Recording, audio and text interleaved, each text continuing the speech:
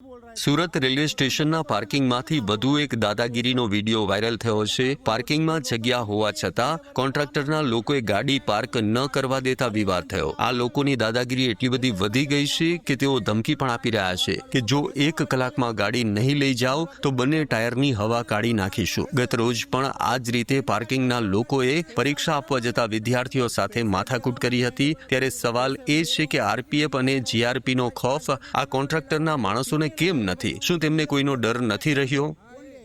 बोल रहा है तू? इतनी जगह तो है ना, कैसे ना बोल रहा है तू?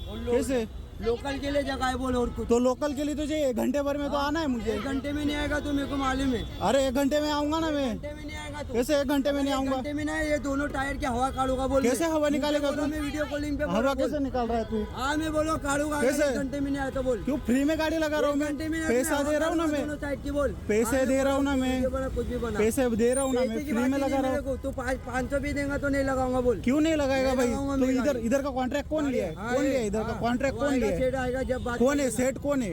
कौन है तुम्हारा सेठ? नाम बोलना, नाम बोलना सेठ का, सेठ का नाम बोल।